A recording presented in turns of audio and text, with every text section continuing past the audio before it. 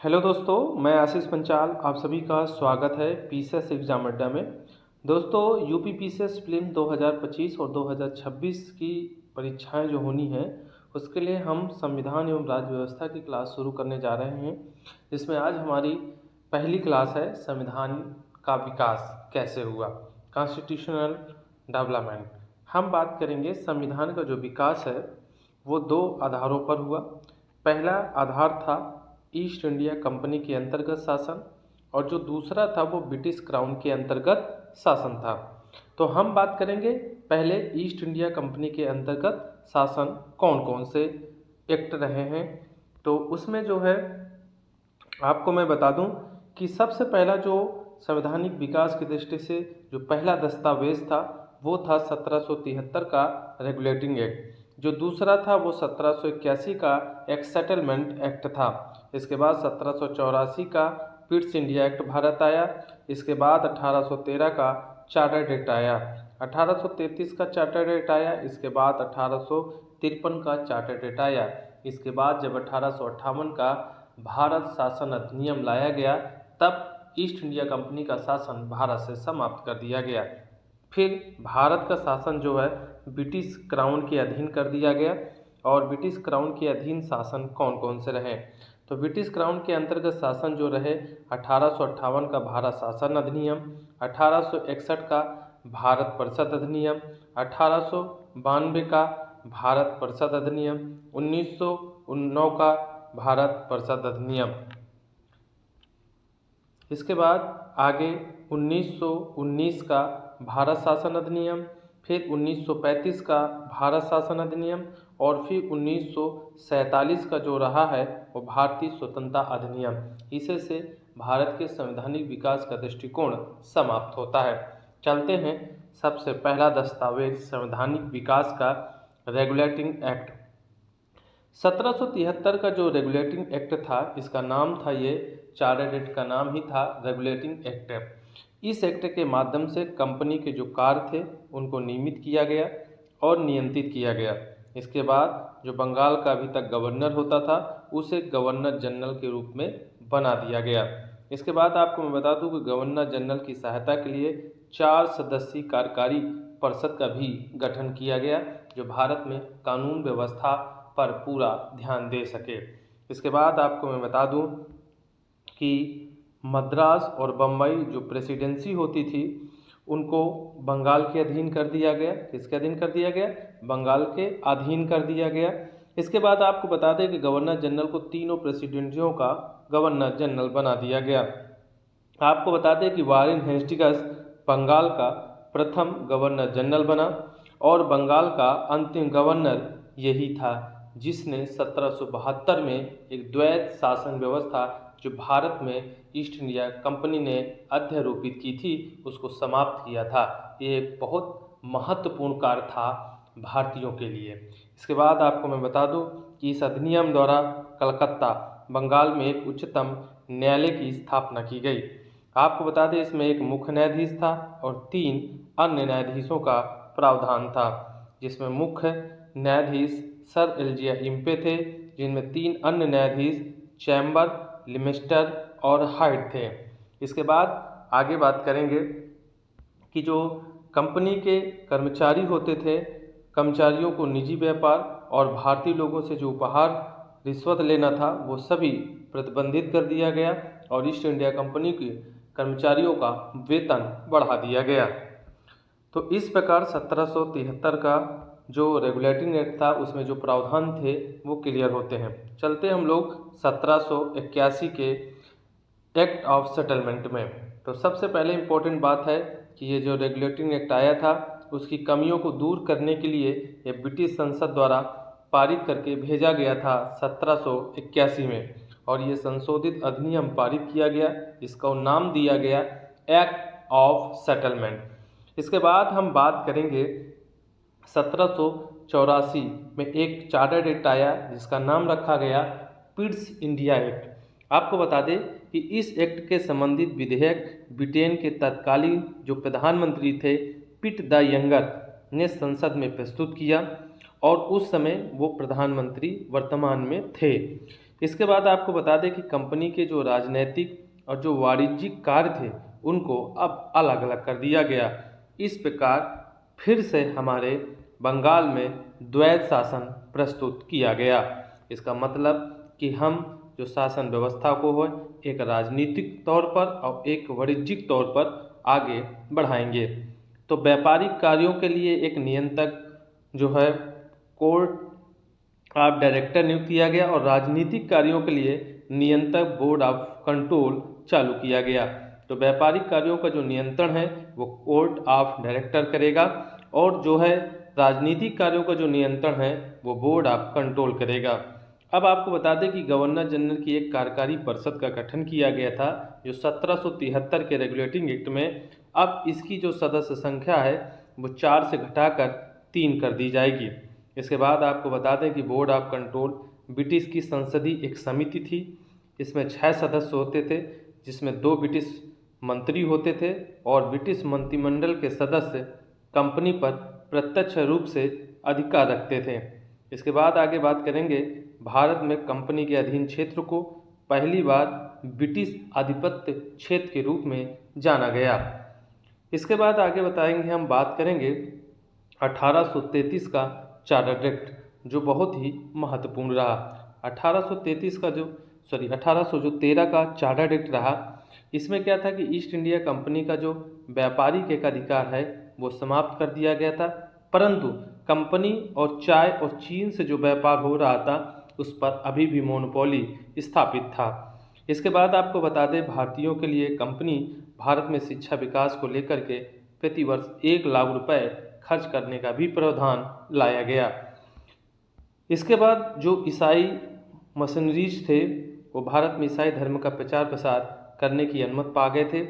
इस अधिनियम द्वारा कुछ सीमाओं के अधीन ब्रिटिश के आम नागरिकों को भी भारत के साथ व्यापार करने की अनुमति प्रदान की गई थी। इसके लिए संचालक मंडल या नियंत्रक बोर्ड से लाइसेंस लेना अनिवार्य कर दिया गया था। इसके बाद हम बात करेंगे जो सभी ब्रिटिश व्यापारियों को भारत से व्यापार करने की ये छूट प्रदान कर दी गई। हम बात करेंगे 1833 के चार्टर एक्ट के। 1833 का जो चार्टर एक्ट रहा है उसमें कंपनी के व्यापारिक अधिकार पूर्णतः समाप्त कर दिए गए और कंपनी ने भारत में शासन स्थापित करना अपना उद्देश्य बनाया और कंपनी पूर्णतः एक राजनीतिक इकाई बन गई। अभी तक कंपनी जो थी वो एक व्यापारिक निकाय के रूप में काम कर रही थी, परंतु अब एक प्रशासनिक निकाय बन गई है। इसके बाद जो बंगाल का गवर्नर जनरल होता था अब उसे भारत का गवर्नर जनरल कहा जाने लगेगा। इसके बाद आपको बता दें ये पद किसने प्राप्त किया, तो ये पद जो है भारत का प्रथम गवर्नर जनरल के रूप में लॉर्ड विलियम बेंटिंक ने प्राप्त किया। गवर्नर जनरल की जो कार्यकारी परिषद में एक विधि सदस्य जोड़ा गया जिस कानून विशेषज्ञ कहा गया, जिसमें कुल सदस्य 3+1 का मतलब 4 हो गए। ठीक है, और एक योजना लाई गई दास प्रथा और इस दास प्रथा को समाप्त किया गया। किसके द्वारा किया गया? 1843 में एलन बरो ने इसे समाप्त कर दिया। अब किसी भी व्यक्ति के साथ धर्म, जात, लिंग के आधार पर भेदभाव नहीं किया जाएगा। इसके बाद आपको बता दें कि जो मद्रास प्रेसिडेंसी, जो बॉम्बे प्रेसिडेंसी थी, उनके गवर्नरों को कानून बनाने की शक्तियाँ पूर्ण रूप से समाप्त कर दी गई। इसके बाद आगे हम बात करेंगे, इसमें कुछ और इम्पोर्टेंट पॉइंट्स हैं नोट के रूप में हमने बनाए हैं। तो सबसे पहले बात हम करेंगे प्रथम विधि सदस्य लॉर्ड मैकाले था जिसे नियुक्त किया गया। साथ ही भारतीय कानूनों का वर्गीकरण करके लॉर्ड मैकाले की अध्यक्षता में एक विधि आयोग का गठन इसी अधिनियम के तहत भारत में किया गया। लॉर्ड मैकाले को भारत में अंग्रेजी शिक्षा का जनक कहा जाता है। अब हम बात करेंगे 1853 के चार्टर एक्ट अधिनियम को। अब देखिए जो 1853 का चार्टर अधिनियम था इसमें क्या क्या प्रावधान थे। सबसे पहले गवर्नर जनरल की जो कार्यकारी परिषद थी उसमें विधि सदस्य को पूरी तरीके से स्थायी कर दिया गया। आप बात करेंगे कार्यकारी परिषद में विधायी कार्यों को प्रशासनिक कार्यों से पूरी तरीके से व्यवस्था जो है उसको क्या किया गया, पृथक करने की व्यवस्था की गई। फिर विधायी कार्यों हेतु 6 नए पार्षद और जोड़े गए, जिन्हें विधान पार्षद कहा गया। इसके बाद आपको बता दें कि जो 6 पार्षद जोड़े गए, उनका जो चुनाव होता था वो कहाँ कहाँ से होता था, तो बंगाल, मद्रास, बम्बई, आगरा के स्थानीय प्रांतीय सरकारों द्वारा किया जाता था। और इस एक्ट से हमें यह मालूम चलता है कि भारत में पहली बार स्थानीय प्रतिनिधित्व का शुभारंभ होता है और यहीं से भारत की संसद का एक इतिहास बनता है। आगे आप अब बात करेंगे उच्च पदों के सिविल सेवकों के लिए एक लिखित परीक्षा का आयोजन किया जाएगा। यहाँ से ICS लिखित परीक्षा का इतिहास प्रारंभ होता है और इसके लिए एक समिति बनाई गई 1854 में, लॉर्ड मैकाले समिति। इस समिति के आधार पर भारत में सिविल सेवा का गठन किया गया और लिखित सिविल सेवा में अब भारतीयों के लिए भी खोल दिया गया, जिसमें आयु 18 से 23 वर्ष रखी गई थी। इसके बाद हम बात करेंगे 1854 को किस नाम से जाना जाता है। इसमें एक प्रस्तुत चार्ल्स वुड डिस्पैच को भारतीय शिक्षा का मैग्ना कार्टा कहा जाता है। 1864 में सत्येंद्रनाथ टैगोर जो पहले भारतीय ICS बने थे। इस एक्ट में एक प्रावधान लाया गया, 2 नए प्रांत बनाए गए, एक सिंध बनाया गया और एक पंजाब का गठन पूर्ण रूप से किया गया। बात करेंगे 1858 का भारत शासन अधिनियम। तो 1858 का जो भारत शासन अधिनियम था, इसमें ईस्ट इंडिया कंपनी का पूर्ण रूप से भारत में समापन कर दिया गया शासन व्यवस्था पर। अब ये शासन जो है ब्रिटिश क्राउन के अधीन कर दिया गया। आपको मैं बता दूं कि 1857 का विद्रोह हुआ हमारे यहाँ और इस कारण कंपनी का शासन भारत से पूर्ण रूप से समाप्त करके सीधा भारत का शासन ब्रिटिश क्राउन महारानी के हाथों में चला गया। इसके बाद बात करेंगे कि ये भारत के शासन को अच्छा बनाने के कारण इस अधिनियम को अच्छा अधिनियम भी कहा जाता है या ताज अधिनियम भी कहा जाता है। जो कोर्ट ऑफ डायरेक्टर्स और बोर्ड ऑफ कंट्रोल 2 बनाए गए थे, ये 1784 के पिट्स इंडिया एक्ट के तहत इनको यहाँ पर आकर के ख़त्म कर दिया जाता है।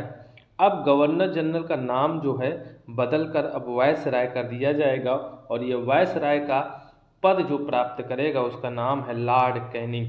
तो भारत का प्रथम वायसराय लॉर्ड कैनिंग बनता है। आपको बता दें कि भारत में कानून व्यवस्था को सही सुचारू रूप से चलाने के लिए और वायसराय की सहायता के लिए एक भारत सचिव का पद सृजित किया गया, जो भारत में प्रथम सचिव के रूप में चार्ल्स वुड ने पद प्राप्त किया। सचिव की सहायता के लिए 5 सदस्यीय भारतीय परिषद का भी गठन किया गया, जिसमें कानून की सही तरीके से समीक्षा की जा सके। इसके बाद आगे हम आपको बता देंगे कि भारत का अंतिम गवर्नर जनरल और प्रथम वायसराय जो है लॉर्ड कैनिंग था। ये कई बार क्वेश्चंस पेपर में पूछा जा चुका है और आप सभी लोग इस क्वेश्चन में गलती कर बैठते हैं, तो याद कर लीजिए अंतिम यदि भारतीय गवर्नर जनरल था जो है, तो आपको मैं भारत का ही सिर्फ मैं बात कर रहा हूँ, ब्रिटिश का नहीं कर रहा हूँ। भारत का यदि कोई गवर्नर जनरल था अंतिम, तो वो था आपका लॉर्ड कैनिंग और प्रथम वायसराय के रूप में जाना जाता था लॉर्ड कैनिंग। चलते हैं 1861 के भारतीय परिषद अधिनियम में। तो 1861 का जो भारतीय परिषद अधिनियम है, इसमें सबसे इम्पोर्टेंट बात यह है कि विभागीय प्रणाली, जिसे मंत्रिमंडलीय व्यवस्था के रूप में जाना जाता है, जिसे इंग्लिश में हम लोग पोर्टफोलियो सिस्टम के रूप में जानते हैं। अब पहली बार वायसराय को अध्यादेश जारी करने की शक्ति दी जाती है, जैसे आज वर्तमान में एक राष्ट्रपति का पद है जो संविधान का सर्वोच्च पद माना जाता है और उसे अध्यादेश जारी करने की शक्ति दी जाती है अनुच्छेद 123 के तहत। फिर इसके बाद मुंबई और मद्रास जो प्रेसिडेंसी होती थी उसको पुनः विधायी शक्तियाँ दे दी जाती है, जिससे भारत में विकेंद्रीकरण की शुरुआत होती है। तो भारत में केंद्रीकरण की जो शुरुआत हुई थी वो 1773 के रेगुलेटिंग एक्ट में हुई थी। अब विकेंद्रीकरण की शुरुआत होती है तो वो 1861 के भारतीय परिषद अधिनियम में होती है। मैं बात करूं कानून बनाने की प्रक्रिया में, अब भारतीयों को भी शामिल करने की शुरुआत यहाँ से चालू होती है। एक नोट में मैंने दिया है कि 1862 में लॉर्ड कैनिंग ने 3 भारतीयों जैसे बनारस के राजा, पटियाला के महाराजा और सर दिनकर राव को विधान परिषद में नॉमिनेट किया था, मतलब मनोनीत किया था। इनका चुनाव नहीं हुआ था। चलते हैं 1909 के भारत परिषद अधिनियम में। तो 1909 का भारत परिषद अधिनियम क्या कहता है? तो इस अधिनियम में मार्ले मिंटो सुझाव अधिनियम कहा जाता है। जो लॉर्ड मार्ले इंग्लैंड में भारत सचिव और लॉर्ड मिंटो जो है भारत में वायसराय थे। इसके बाद आगे हम बात करेंगे कि इस अधिनियम में द्वारा सांप्रदायिक निर्वाचन प्रणाली या पृथक निर्वाचन प्रणाली की शुरुआत की गई थी। मतलब ये व्यवस्था सिर्फ मुसलमानों के लिए थी और किसी भी समुदाय के लिए भी नहीं थी। लॉर्ड मिंटो को भारतीय सांप्रदायिकता का जनक कहा जाता है। कई बार क्वेश्चंस पेपर में आया हुआ है, इसलिए आप लोग बहुत अच्छे से तैयार कर लें। भारतीय नेता गोपाल कृष्ण गोखले की सिफारिश में इस अधिनियम में जगह दी गई थी। अतिरिक्त सदस्यों को विधायी परिषद में एक पूरक प्रश्न पूछने का भी अधिकार दे दिया गया था। भारतीयों को वायसराय की कार्यकारी परिषद के साथ एसोसिएशन बनाने का भी प्रावधान लाया गया और ये एसोसिएशन का जो परिषद भारतीय सदस्य बना वो सत्यनाथ सिन्हा बनाया गया। चलते आगे बात करते हैं 1919, जो सबसे इम्पोर्टेंट है हमारी परीक्षा के दृष्टि से। 1919 का भारत शासन अधिनियम, जिसे हम मटेंगू चेम्सफोर्ड सुधार अधिनियम कहते हैं, इसके द्वारा सांप्रदायिक निर्वाचन प्रणाली का विस्तार करके अब हम सिखों, भारतीय ईसाइयों, आंग्ल भारतीयों, यूरोपियों को भी शामिल कर लेते हैं। अभी तक सांप्रदायिकता प्रणाली में सिर्फ केवल मुसलमान थे। अब मुसलमान की जगह पर और कई समुदाय फिर से जोड़े गए। इसमें इम्पोर्टेंट बात यह है कि महिलाओं को मताधिकार दिया गया। दूसरी बात, ये व्यवस्था जो है उत्तरदायी शासन मतलब संसदीय प्रणाली को जन्म दिया था। तो ये थोड़ा सा याद रखेंगे, हमने लिखा नहीं है। केंद्र में द्विसदनात्मक व्यवस्था को जन्म दिया गया। प्रत्यक्ष निर्वाचन प्रणाली की व्यवस्था दी गई। हमने एक 1892 का भारतीय परिषद अधिनियम नहीं बताया, उसमें सिर्फ केवल एक ही प्रावधान था, भारत में अप्रत्यक्ष चुनाव कराने का प्रावधान लाया गया था, मगर चुनाव शब्द का कोई वर्णन कहीं पर हमें देखने को नहीं मिलता। वो अप्रत्यक्ष प्रकार के जो है चुनाव प्रणाली थी। अब ये जो व्यवस्था लाई गई है, ये प्रत्यक्ष चुनाव कराए जाएंगे जिनमें जनता पार्टिसिपेट करेगी और ये द्विसदनात्मक व्यवस्था थी, मतलब एक संसदीय प्रणाली का जिक्र किया गया था इसी अधिनियम के तहत। जैसे आज आप लोग देख पा रहे हैं कि हमारे यहाँ लोकसभा है, ठीक है, और एक राज्यसभा है। तो लोकसभा और राज्यसभा उसी तरह इसमें भी था, मगर नाम चेंज था। आपको बता दूं कि राज्य परिषद को वर्तमान में राज्यसभा जाना जाता है और केंद्रीय विधानसभा को वर्तमान में लोकसभा के रूप में जाना जाता है। अब आप मैं बात करूँ कि जो द्वैध शासन की जो व्यवस्था थी वो आकर के 1858 के भारत शासन अधिनियम में दो बोर्ड जो गठित किए गए थे, कोर्ट ऑफ डायरेक्टर्स और बोर्ड ऑफ कंट्रोल, उन दोनों को समाप्त करके अब फिर से एक बार द्वैध शासन की शुरुआत होती है। वो भी प्रांतों में द्वैध शासन की शुरुआत की जाती है। प्रांतीय विषयों को आरक्षित और हस्तांतरित जो है दो भागों में बांटा जाता है, जिसमें आरक्षित विषयों में कानून व्यवस्था, वित्त, भूमि, राजस्व, सिंचाई जैसे विषय डाले जाते हैं। वही हस्तांतरित विषयों में शिक्षा, स्वास्थ्य, स्थानीय सरकार, उद्योग, कृषि उत्पाद, शुल्क आदि इन सब चीज़ों को जोड़ा गया। इसके बाद मैं बात करूं कि सिविल सेवा आयोग के गठन के लेकर के इसमें बात रखी गई और संघ लोक सेवा आयोग यूपीएससी के गठन का प्रावधान इसी अधिनियम के द्वारा पहली बार लाया गया। आपको बता दें यूपीएससी के गठन के लिए एक ली आयोग बनाया गया और इसकी सिफारिश पर 1 अक्टूबर 1926 में यूपीएससी का गठन कर दिया गया। इसके बाद आगे हम बात करेंगे यूपीएससी के जो पहले अध्यक्ष बने वो रास बारकर बने। चलते हैं इस एक्ट में कुछ और अन्य प्रावधान है जो केंद्रीय बजट को राज्य के बजट से अलग करता है। अब हम बात करेंगे भारत शासन अधिनियम 1935। चलते हैं बात करते हैं भारत शासन अधिनियम 1935 की, जो सबसे महत्वपूर्ण था भारतीय संविधान के निर्माण में। आपको बता दें ये अधिनियम साइमन कमीशन की सिफारिश पर बनाया गया था। जिसमें टोटल 321 अनुच्छेद थे और 10 अनुसूचियां थी और जिसमें 14 भाग सम्मिलित किए गए थे। आपको बता दें कि वर्तमान में भारतीय संविधान में इस अधिनियम का लगभग 60% भाग आज भी उपस्थित है और इसे लघु संविधान या मिनी संविधान के नाम से जाना जाता है।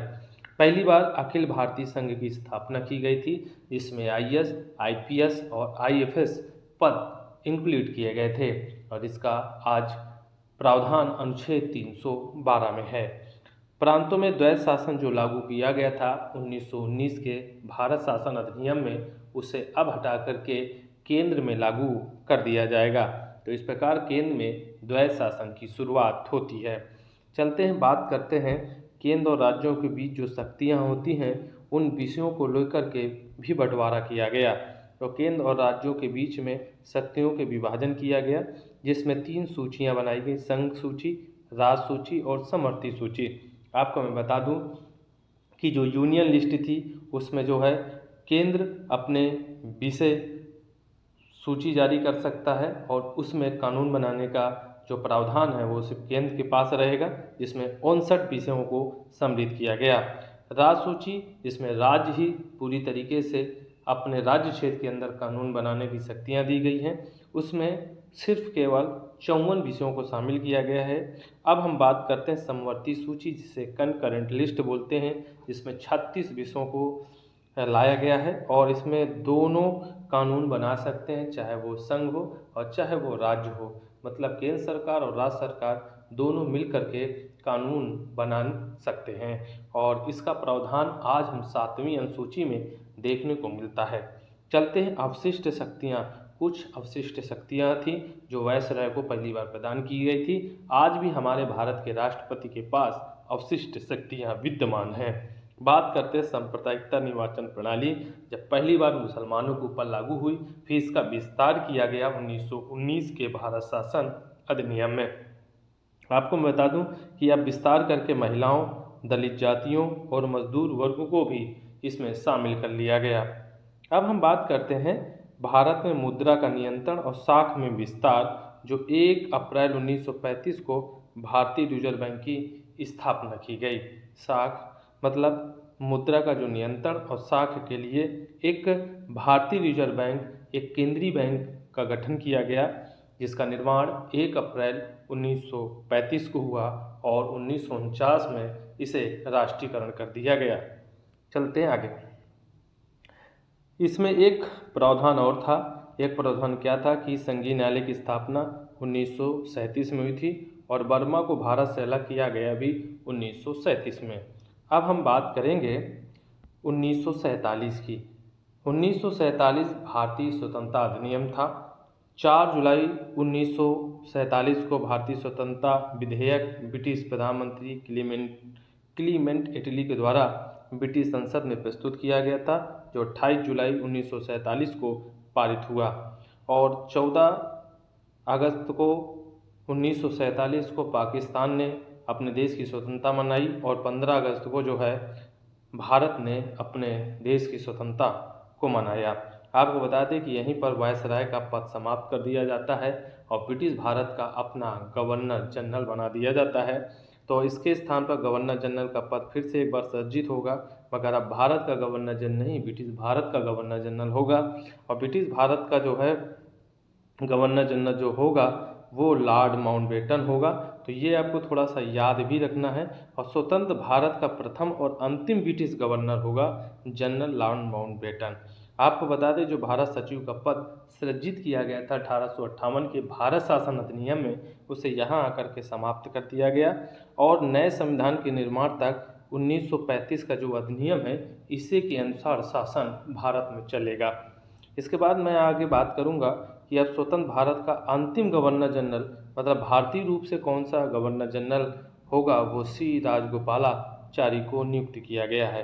तो इस प्रकार की आज की जो संवैधानिक विकास का जो टॉपिक रहा है वो पूरी तरीके से मतलब कंप्लीट होता है। तो संवैधानिक विकास हमारी परीक्षा की दृष्टि से बहुत इंपॉर्टेंट टॉपिक है, इसलिए सभी लोग इसे कवर करके जरूर जाएं और अंत तक वीडियो पूरा कंप्लीट देखें। बार बार वीडियो देखिए, ज़्यादा सारी चीज़ें जो है आपको अच्छे से तैयार हो जाएं। ठीक है, तो चलो मिलते हैं अगले अपने नेक्स्ट टॉपिक पर। थैंक यू सो मच, धन्यवाद, जय हिंद, जय भारत।